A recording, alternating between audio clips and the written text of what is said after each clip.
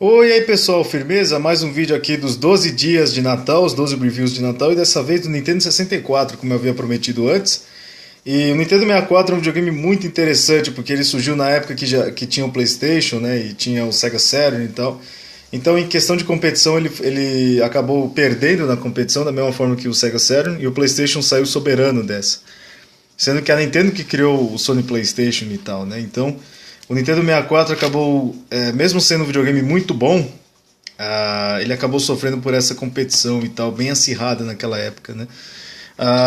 É claro que não tinha só o Nintendo 64, PlayStation ou até mesmo o Sega Saturn, também tinham vários outros videogames dessa geração do Nintendo 64, mas o Nintendo 64 ele foi um dos videogames que eram os principais, que era da Nintendo, né? Que a Nintendo era uma companhia principal de videogame por causa do Super Nintendo, Nintendinho, mas acabou falhando, né? E a partir do Nintendo 64, a Nintendo só falhou em questão de consoles, né?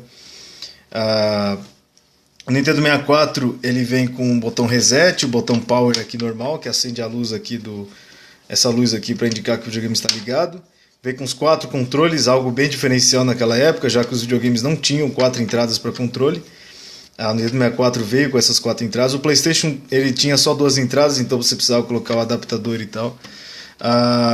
Aqui tem entrada de cartuchos, algo bem polêmico na época, porque o PlayStation e o Sega Saturn usaram CDs, e a maioria dos videogames dessa geração usaram CDs, e o Nintendo 64 foi o último console a usar cartuchos, né? Então, é claro que a Nintendo teve seus argumentos, né? O cartucho, quando você colocava e tal, o jogo não carregava, não tinha os loadings,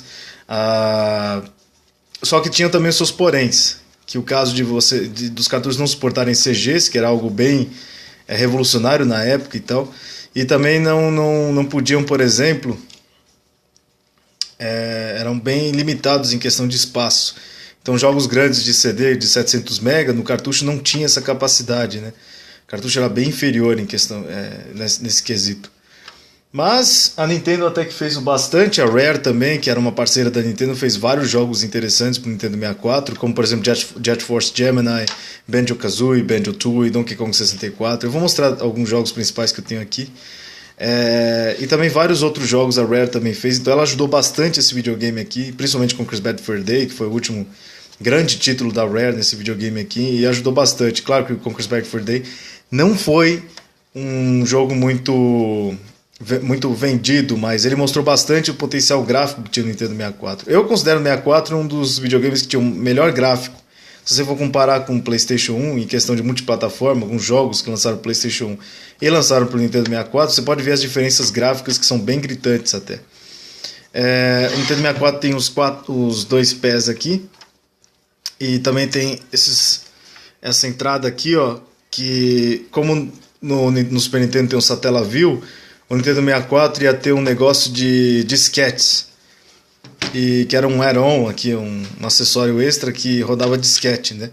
E aqui a entrada do acessório aqui.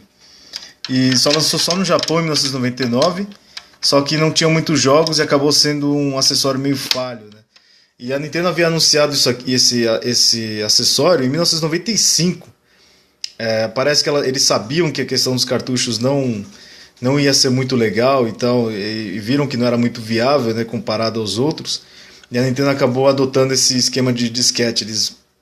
Jogos que deveriam ter lançado para o sistema de disquete eram Ocarina of Time, Donkey Kong, por exemplo, Donkey Kong 64 era para ser lançado nesse add-on e tal. Mas acabaram, até o Earthbound, o Mother 3, que muita gente fala que o Mother 3 ia ter um Earthbound 64 aqui pro Nintendo 64, acabou lançando pro Game Boy Advance, o Mother 3, mas também era um jogo que era para ser lançado pro Nintendo 64 DD. Mas acabou não dando certo, a Nintendo acabou lançando mesmo assim no Japão em unidades limitadas, né? E é isso aí, ficou na história o 64DD. Eu não tenho ele aqui, ele é um acessório bem raro, mas é bem interessante porque ele usava a questão de disquetes, né? Então tinha um armazenamento melhor. Alguns jogos como F-Zero, ele tinha um cartucho lá que ele colocava mais corridas. Era uma questão de DLC, né? Era a primeira questão de DLC nos videogames, olha só. Tinha esse negócio 64DD. O controle do Nintendo 64 era bem revolucionário na época. Principalmente porque ele foi um dos primeiros consoles a usar isso aqui, o analógico. Esse meu analógico aqui é um analógico modificado, que é o analógico de GameCube. Porque os analógicos do Nintendo 64, se você não tem muito cuidado, eles afrouxam. Eles afrouxam, né? Afrouxam, não sei como é que fala. Nossa, eu não sei falar a palavra afrouxar. Afrouxar, não sei.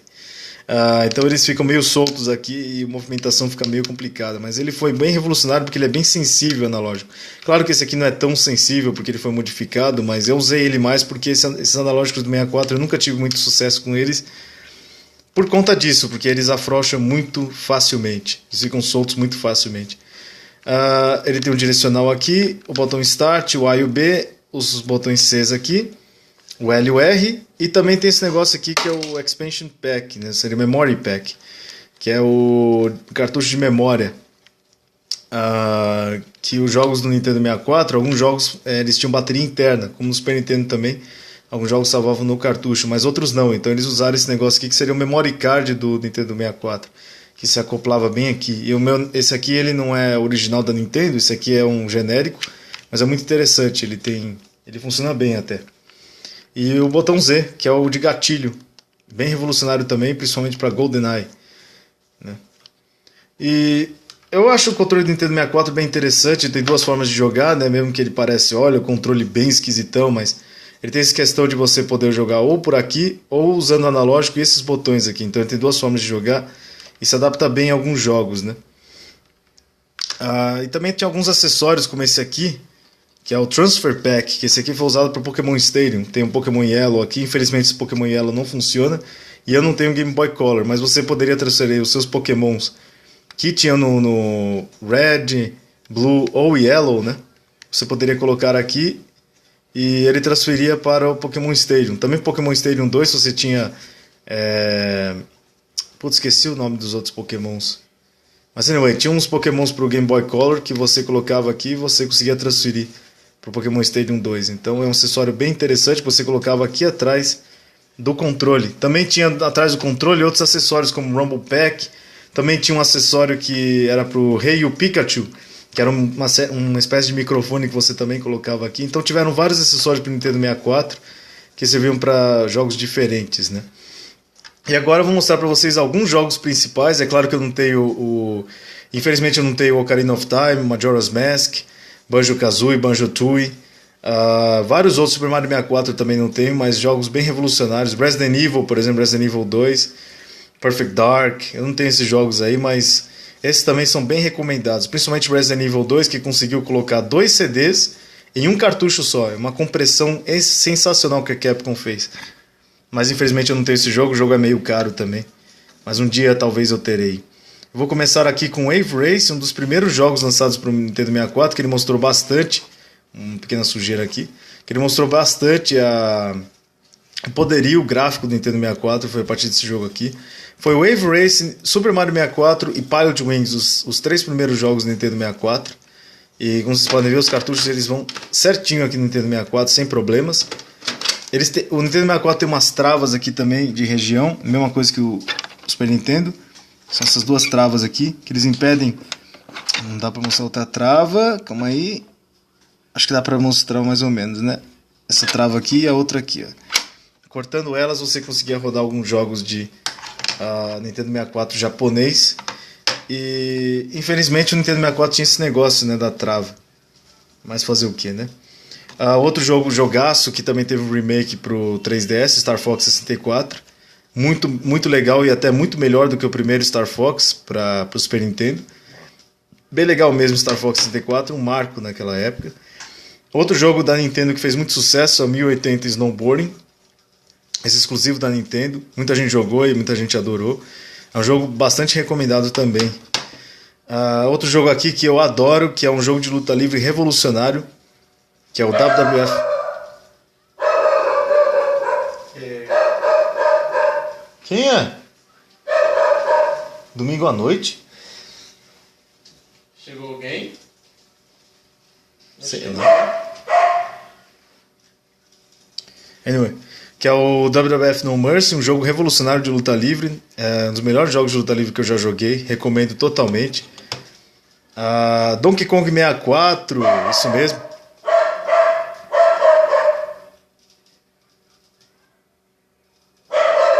Mas que saco, viu?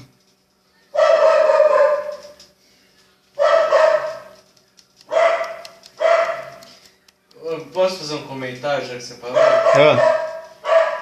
Essa história de separar as divas em times foi a pior história que eu já vi. Foi.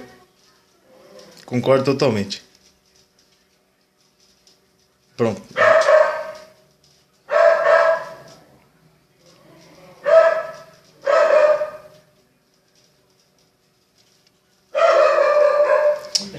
Que saco, velho. Vamos lá.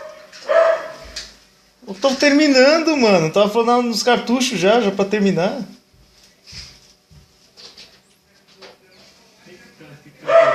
Nobi! Ô, Nobi! O que foi? Acho que tá bom já. É a altura da pizza no 223. O cara, quando pede a pizza, ele já devia avisar. Eu moro na esquina, né? Oh, esse cara Ele vai saber.